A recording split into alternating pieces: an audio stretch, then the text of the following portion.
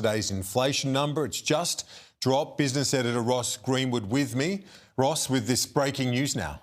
We've got that just coming through as we speak, Kieran. So let's have a look at this. The inflation number, as we sit here and see it, it was forecast to be somewhat higher. It's come in at 3.8%, the headline number. We'll get more of the detail as we go through. So bear in mind the markets were expecting around 3.6% for the headline number. It's coming at 3.8%. So effectively, you can lay down your glasses that the Reserve Bank will raise interest rates next Tuesday. It's almost got no choice but to do so. So you've got the compounding situation of employment being much stronger, which adds to wage claims and therefore adds to inflation. And then on top of that, you've now got this stronger than expected inflation rate just coming through.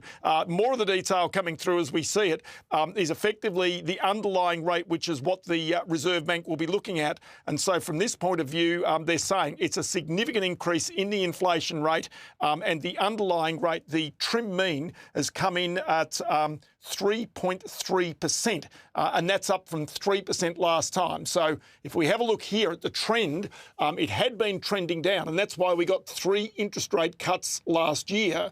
Now you can see it's well above that target band of the Reserve Bank, above 3%.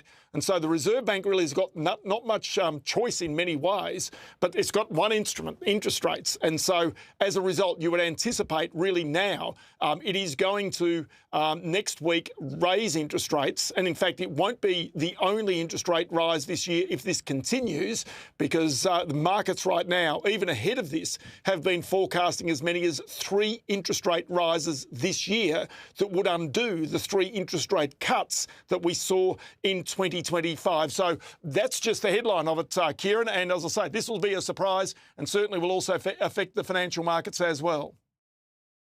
And Ross, the money markets changed their mind about a rate rise after the unemployment was lower than expected. So this just solidifies that now, that view of the economy and the trajectory for rates. Yeah, 100%. So there's no doubt about that. As we go through, we'll show you some of the money market things now. So this is effectively the odds of an interest rate rise. So before this inflation data came out, literally in the last couple of minutes, the odds of a rate rise on Tuesday next week were put at 60%. Right now, as we sit here, that has increased to 70%.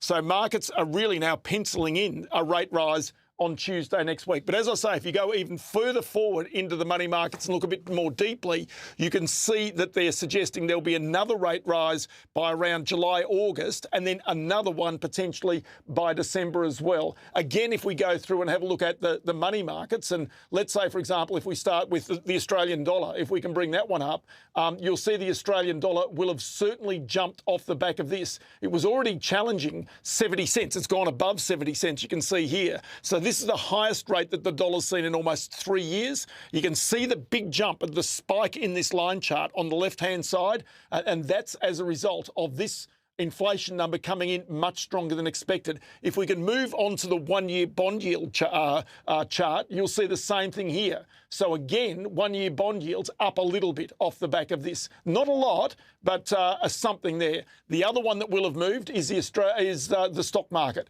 So while the dollar has gone up, the stock market has gone down. And that is pretty obvious. So it was in positive territory, challenging 9,000 at one stage, the ASX 200, now down. So this is the interesting thing. Now, it'll be also interesting to see if we can bring up a little chart for you to show what are the things that have been rising in price the most, because I think this will be instructive. And as we go through this, have a look at this. Through to the year to December, have a look at the things that are rising. Housing prices, they're stronger. You can see health costs are higher. Clothing costs have come off a little bit from where they were, and food and beverage is higher. So broadly, all of those sectors higher than where the Reserve Bank wants inflation, between 2 and 3%. And this leads to the conclusion that really there is no option for the Reserve Bank but to potentially look at interest rate rises as soon as next Tuesday, you'd imagine.